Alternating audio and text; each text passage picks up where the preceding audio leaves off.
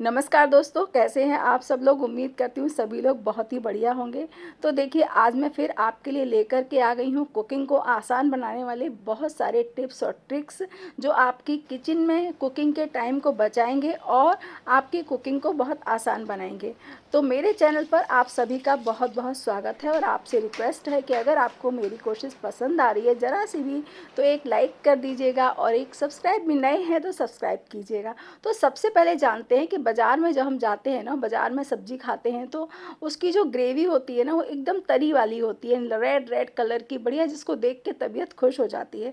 तो वो ग्रेवी का कलर कैसे आएगा? तो देखिए, सबसे पहले हमें क्या करना है, आप कोई भी सब्ज़ी आप बना रहे हैं उसकी सब्ज़ी में मसाले ऐसे ही खाली मत डाल दीजिए। थोड़ा सा दही लीजिए, ध्यान रखिएगा कि दही ताज़ा होना चाहिए। अगर घर का जमा है तो पानी मिलाने की ज़रूरत नहीं है, लेकिन अगर बाज़ार का दही है तो वो घर के दही की अपेक्षा थोड़ा गाढ़ा होता है, उसमें हमें थोड़ा सा पानी मिला लेना चाहिए। और इसके बाद में इस तरह का बढ़िया सा पेस्ट आप तैयार कर लीजिए। और फिर जो भी आपका मसाला है, प्याज, लहसुन, टमाटर, अदरक का, उस मसाले में इस मसाले को ऐड कर दीजिए। तो जो हमारे प्याज, टमाटर, अदरक हैं वो भुन रहे हैं, उसके साथ साथ ही हमारा ये मसाला भी भुन जाएगा। और फिर इसके बाद में जब आपकी ग्रेवी तैयार हो जाएगी ना, गाढ़ी सी मसाला बन जाएगा, तो आप पानी डाल दीजिए और उबलने दीजिए चीज़ों को। तो इस तरह से आपकी जो सब्ज़ी है उसकी ग्रेवी का कलर देखिए आप, कितना बढ़िया सा कलर आता है। तो आप एक बार इस टिप को ज़रूर से प्रयोग करके देखिएगा और पसंद आए तो प्लीज़ मेरे चैनल को सब्सक्राइब कीजिएगा, लाइक कीजिएगा, शेयर कीजिएगा। तो अब आते हैं दूसरे टिप की तरफ। सब्जियों के बहुत सारी सब्जियों में, सभी सब्जियों में हम प्याज को भूनते हैं।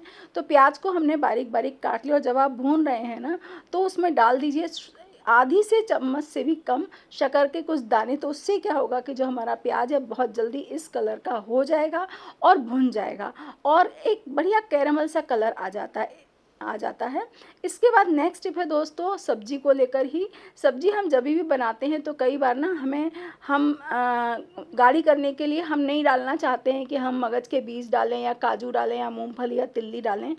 तो इसके लिए सबसे अच्छा उपाय क्या है, आप इस तरह से जब प्याज भून रहे हैं, प्याज के भूनते ही आप उसमें डाल दीजिए 1 चम्मच बेसन। और जब भुन जाएगा ना, बेसन को थोड़ा सा भून लीजिएगा और फिर आप उसमें टमाटर डाल दीजिए और फिर पानी डालकर मसाला जब भुन जाए तो पानी डाल दीजिए। आपकी ग्रेवी इतनी बढ़िया सी थिक ग्रेवी तैयार होती है कि बाज़ार की ग्रेवी को भी ये अपने सामने फेल कर देगी। तो ये देखिए मेरी ग्रेवी कितनी बढ़िया सी बन कर के तैयार हुई है।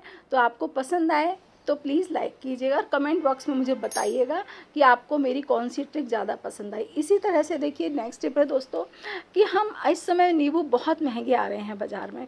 अब एक नींबू 5 रुपए का आता है और जब हम पोहा या कोई चीज़ बनाते हैं, जैसे मैंने पोहा बनाया था, तो पोहे में हम खटास के लिए क्या करें, तो इस तरह से ना सिट्रिक एसिड का डेला जैसा आता है, एक तो पाउच में भी आता है सैशे में।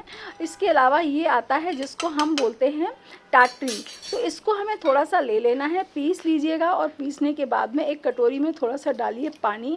और इसके साथ ही मैंने पोहा जो था उसको एक बार अच्छे से पानी से वॉश कर लिया था। अब मैं यहाँ पर, जैसे कि आप देख रहे हैं, पोहा रखा हुआ है।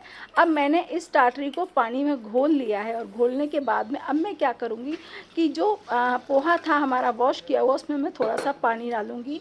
पानी डालने के बाद मैंने जो टाटरी वाला पानी है वो आप इसमें डाल दीजिए और इसको 2 से 3 मिनट सिर्फ पानी इसमें पड़ा रहने दीजिए।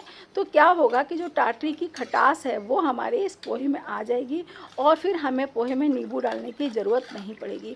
बहुत ही बढ़िया पोहा बनता है। बाज़ार वाले ना, रेडीमेड जो आप पोहा खाते हैं, उस पोहे में बाज़ार वाले नींबू कभी नहीं डालते हैं, अमचूर पाउडर भी नहीं डालते क्योंकि बहुत कॉस्टली पड़ता है, वो टाटरी ही डालते हैं। तो आप एक बार ज़रूर से प्रयोग करके देखिएगा और पसंद आए तो प्लीज़ मुझे बताइएगा। नेक्स्ट टिप है दोस्तों, छोलों को लेकर। हम सभी लोग छोले बनाते हैं, लेकिन कई बार हम सोचते हैं कि काले छोले बनाएं। मैंने इससे पहले के अपने वीडियोस में आपको काले छोले बनाने के 2-3 तरीके बताए हुए हैं, वो आप जाकर के देखिएगा। और आज मैं आपको एक नया तरीका बता रही हूँ। तो काले छोले बनाने के लिए मैंने छोले को ओवरनाइट सोक कर दिया था। मैं चीज़ों का पानी इसी तरह से एक जग में निकाल लेती हूँ और फिर इस पानी को ले जाकर के पेड़ पौधों में डाल देती हूँ। तो आप भी पानी, मतलब इस तरह के जो पानी निकलता है ना दाल चावल का, उसे ज़रूर से पेड़ पौधों में डालिए।